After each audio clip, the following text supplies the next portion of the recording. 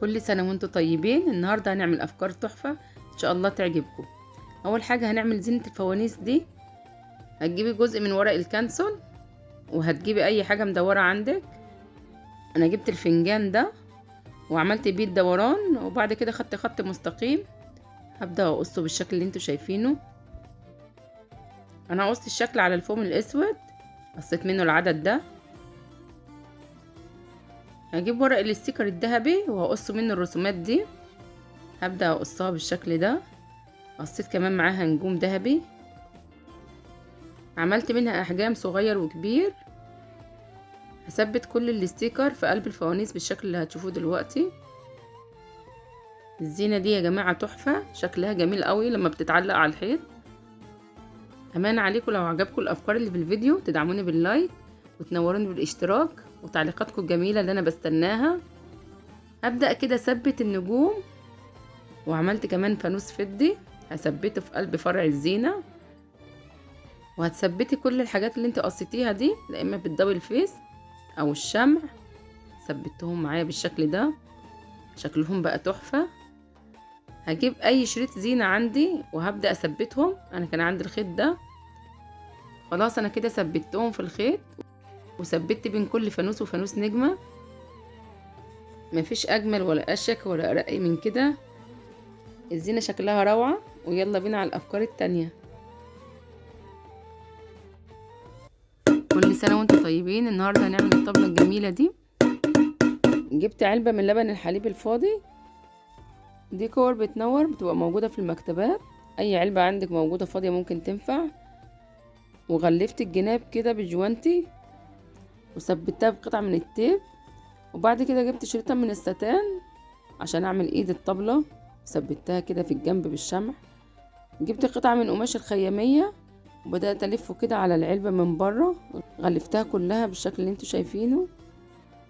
وجبت الشراشيب بتاعة رمضان وبدأت أثبتها كده في الجنبين، وقصيت الزيادة بقت معايا بالشكل الجميل ده.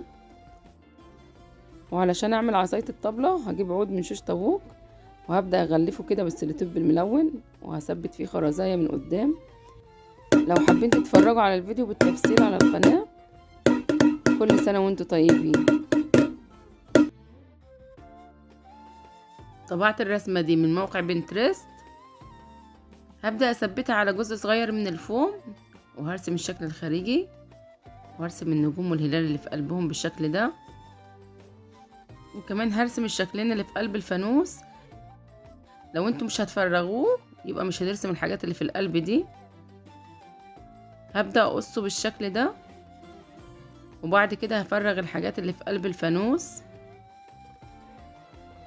انا عملت منه الوان كتير، ممكن تعملوه فرخ فوم واحد، يعني لو حابين تعملوه لون واحد. عندي فوم ابيض ساده، قصيت شكل الفانوس بس مفرغتش الاجزاء اللي في النص، وثبته كده في قلب الفانوس هيبقى شكله تحفه.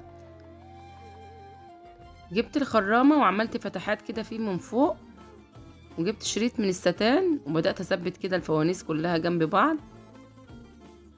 هتظبط الالوان حسب ما انت حباها.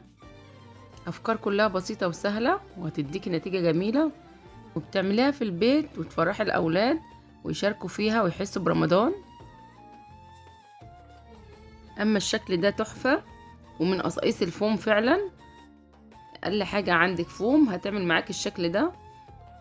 هتقص الاجزاء كلها على شكل لمبه بالشكل اللي انتوا شايفينه. انا قصيت منها الوان كتير من بواقي الفوم، شكلهم تحفه. جبت قصقوصه صغيره من الفوم الاسود وبدات ارسم عليها الشكل ده. وكل لمبه هثبت فيها الجزء ده من فوق بالشكل ده. الفكره دي تحفه. بعد ما تثبتيهم بالشكل اللي انت شايفاه كده في شريط الستان، ثبتي كمان معاها فرع نور بتدي اضاءه ويبقى شكلها جميل، والوانها كمان مبهجه وبتدي نور كده للمكان. فجربوها ان شاء الله هتعجبكم. ما تنسوش تكتبوا رايكم في التعليقات. اما التعليقه القمر دي هنعملها بطريقه سهله وبسيطه. معايا قاعده كيكه قديمه كانت موجوده عندي، هغلفها من ناحية الظهر بالستيكر الاسود عشان الظهر يبقى معايا نضيف وشكله حلو. جبت جزء من الستيكر الذهبي وبدأت ارسم عليه رسمة الفوانيس دي. هقص الفوانيس كلها وافرغ القلب، وبعد كده ثبتها على الستيكر اسود. جبت جزء من الاستنسل الشفاف وثبت عليه الفوانيس بالشكل ده. طبعت كلمة رمضان كريم على الستيكر نفسه، الستيكر الذهبي، وقصيته بالشكل ده. ثبته على الطارة وثبت قصاده 3 نجوم، وبعد كده قصيت النجوم الصغيرة والكبيرة دي وثبت 3 خيوط وثبت فيها الفوانيس والنجوم بالشكل اللي انتوا شايفينه. والنتيجة في الاخر زي القمر، حاجة كده اخر شياكة. الفكرة دي لو حابين نفرح الاطفال الصغننين عشان يعرفوا يمسكوا الطبلة في ايديهم، من اي علبة موجودة عندك هتعمليها. جبت الكرة اللي بتنور دي وحطيتها في قلبها، وبعدين قفلتها بالبالونة من الجنبين، وجبت قطعة من الفوم الاصفر وهبدأ اثبتها كده على الجناب بالشكل اللي انتوا شايفينه. قصيت شريطين من ورق الكانسون باللون الاحمر، وبدأت اثبت واحد في الطرف اللي فوق وواحد في الطرف التاني.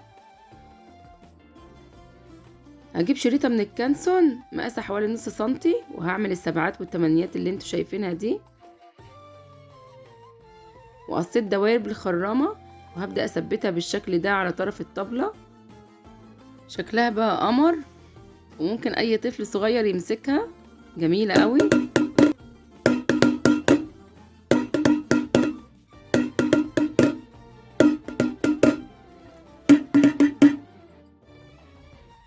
وعلشان نعمل الديكور الرمضاني الجميل ده هنحتاج اي كرتونة موجودة عندك. دي كرتونة ساعة. هجيب قطعة من قماش الخيامية وهبدأ اغلف الكرتونة بالشكل اللي انتوا شايفينه، وهقص الجزء اللي من تحت بالشكل ده. هجيب علبة بلاستيك من علب الاطفال دي وهبدأ اغلفها بقماش الخيامية وازينها بفرنشات رمضان الذهبي الجميلة دي. جبت قطعة من الفوم الاسود وقصيته على شكل دايرة، وهبدأ اثبت عليه خيط ابيض بالشكل ده، وهزين حرف الغطا. هثبت غطا العلبة فوق العلبة نفسها. انا كده كنت ثبت الجهاز اللي بيلف. جبت المسحراتي ده ومسكته في ايده جزء من لمبة الكهرباء وثبت فيها حبة خيوط، ثبت فيها الإضاءة وبقت معايا بالشكل الجميل ده. الفيديو كامل موجود على القناة لو حابين تشوفوه، انا هنا مسرعاه. جبت الرسمة دي من موقع بنترست، رسمة هلال شكلها تحفة. هبدأ كده اثبتها على الستيكر الذهبي واقصها. هفرغ كل الاشكال الموجودة فيها بالشكل اللي انتوا شايفينه. بعد ما فرغتها هبدأ اثبتها على ورق الاستنسل الشفاف. قصيتها عملت منها 2، هبدأ اثبتهم كده في قلب بعض. هجيب قطعة من الكرتون مستطيلة وهبدأ اثبت عليها الدبل فيس واغلفها بالاستيكر الذهبي نفسه. هعمل فيها فتحة صغيرة بالقطر واثبت فيها قطعة من خافض اللسان واثبت فيها الهلال بالشكل الجميل ده. شكله بقى تحفة، واللمعة بتاعت الاستيكر كأنه معدن بالظبط. شكله جميل، ان شاء الله يعجبكم. الفكرة دي سهلة وبسيطة ومن إعادة التدوير. هنرسم نجوم بأحجام مختلفة صغيرة وكبيرة. قصيت حوالي 20 نجمة باللون الذهبي و20 باللون الفضي، منها الصغير والكبير. ومعايا الغطا البلاستيك ده عملت فيه فتحات بالكاوية. هجيب قطعة صغيرة من قماش الخيش على مقاس الغطا، وقبل ما اثبتها هثبت جزء من الفوم الذهبي على الغطا نفسه. هثبت الغطا على قطعة الخيش. انا قصيت كل الخيش شرط صغيرة كده عشان الدوران يطلع معايا مظبوط. خلاص انا كده ثبته بقى معايا بالشكل ده. هبدأ اجيب نجمة من الذهبي ونجمة من الفضي ونجمة صغيرة ونجمة كبيرة، وهتثبتيه بالشكل اللي انت حباه. قصيت كلمة رمضان كريم بالستيكر الاسود وهبدأ اثبتها في القلب بالشكل ده. كلمة رمضان كريم كانت مقصوصة على شكل فانوس. انا بحاول اوضحها بس الاضاءة مش مساعداني، شكلها تحفة. هبدأ اثبتها بالشمع او الدبل فيس حسب ما انت عايزة. هركب في الفتحات اللي انا عاملاها شريط الاضاءة. وكانت عندي قاعدة الكيكة دي غلفت بيها الظهر، شكلها تحفة ومحدش يقول ان ده غطا خالص. كان ممكن اركب شريط الاضاءة على الغطا على طول من قدام، بس انا حبيت اعملها في الظهر كده عشان لو شريط الاضاءة باظ مني بعد كده اعرف ابدله. علقتها كده مع الفوانيس. يا رب تكون الافكار عجبتكم ويكون الفيديو خفيف على قلبكم. ما تنسوش تعليقاتكم الجميلة وتنوروني بالاشتراك في القناة واللايك الحلوة بتاعتكم علشان الفيديو يترفع والكل يستفاد. والسلام عليكم ورحمة الله وبركاته.